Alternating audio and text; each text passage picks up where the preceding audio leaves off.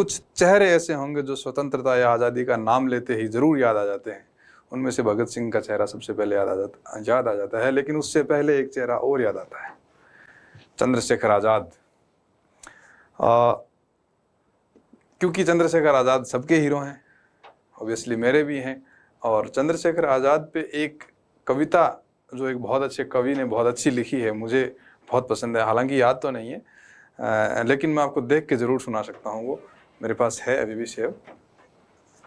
वो ऐसे है, चंद्रशेखर आज़ाद पे लिखी हुई है ये।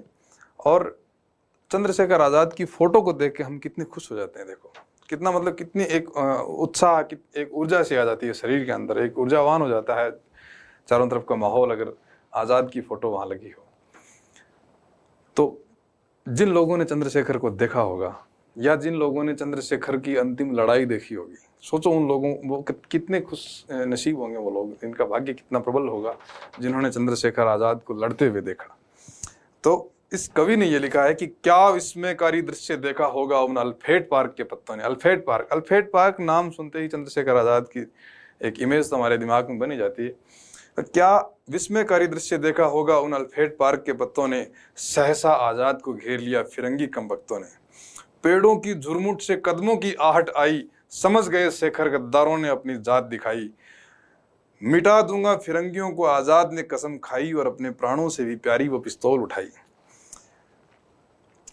आज़ाद के साथ उनके एक दोस्त थे, उनसे आज़ाद ने कहा, संभलो दोस्त, दुश्मन ने किया आघात है। संभलो दोस्त, दुश्मन ने किया आघात है। वो दोस्त कहता है, आज़ाद तुम चले जाओ यहाँ से, मैं इन लोगों के साथ लड़ लूंगा, या इन लोगों को कैसे भी रोकने की कोशिश करता हूँ, आप निकल जाओ यहाँ से। लेकिन उस वक्त आज़ाद ने ये कहा, संभलो दोस्त, दुश्मन ने किया आघात है।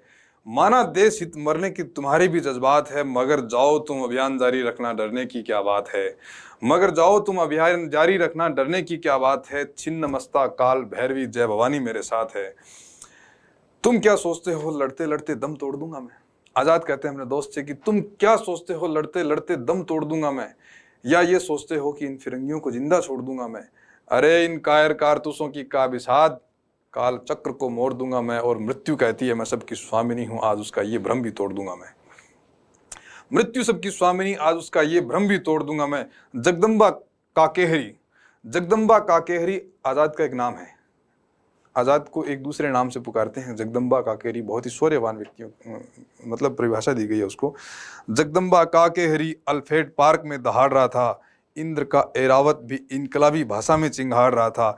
नील गगन में दिनकर भी अस्तांचल को बढ़ रहा था। भारत माँ का अकेला सिंह सैकड़ों भेड़ियों से लड़ रहा था।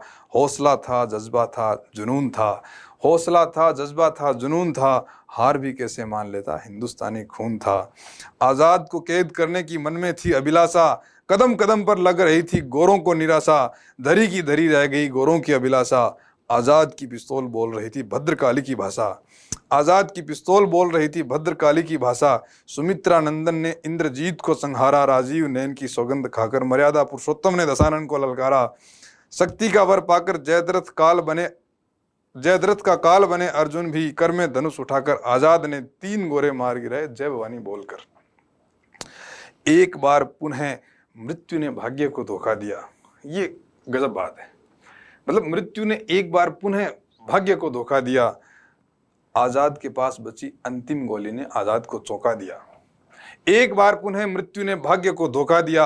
आज़ाद के पास बची अंतिम गोली ने आज़ाद को चौंका दिया।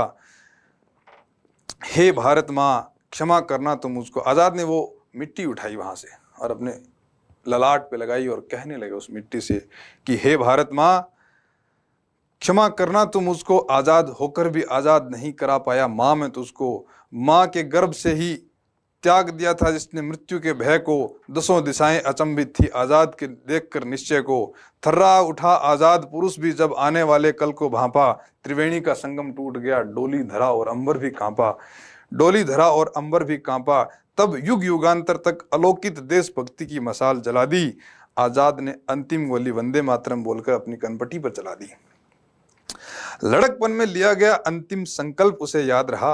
लड़कपन में लिया गया संकल्प उसे अंतिम क्षणों तक याद रहा। जीते जी आजाद था वो, मरते दम तक आजाद रहा। भारत का स्वाभिमान बलि हो गया बहुत वैभव से, और घंटों तक दूर रहे थे फिरंगी आजाद के शव से।